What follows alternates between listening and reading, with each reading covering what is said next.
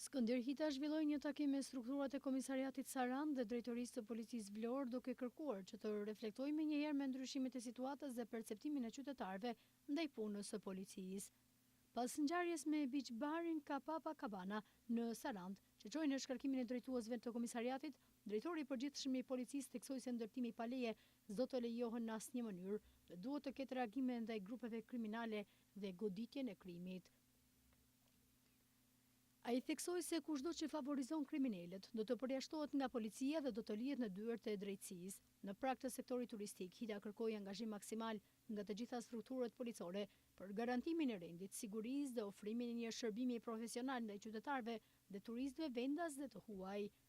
Në përfundim, ai theksoi se policia e Sarandës duhet të rikthehet në standardet që qytetarët meritojnë përmes profesionalizmit, reagimit në kohë dhe zbatimit të paanshëm të ligjit.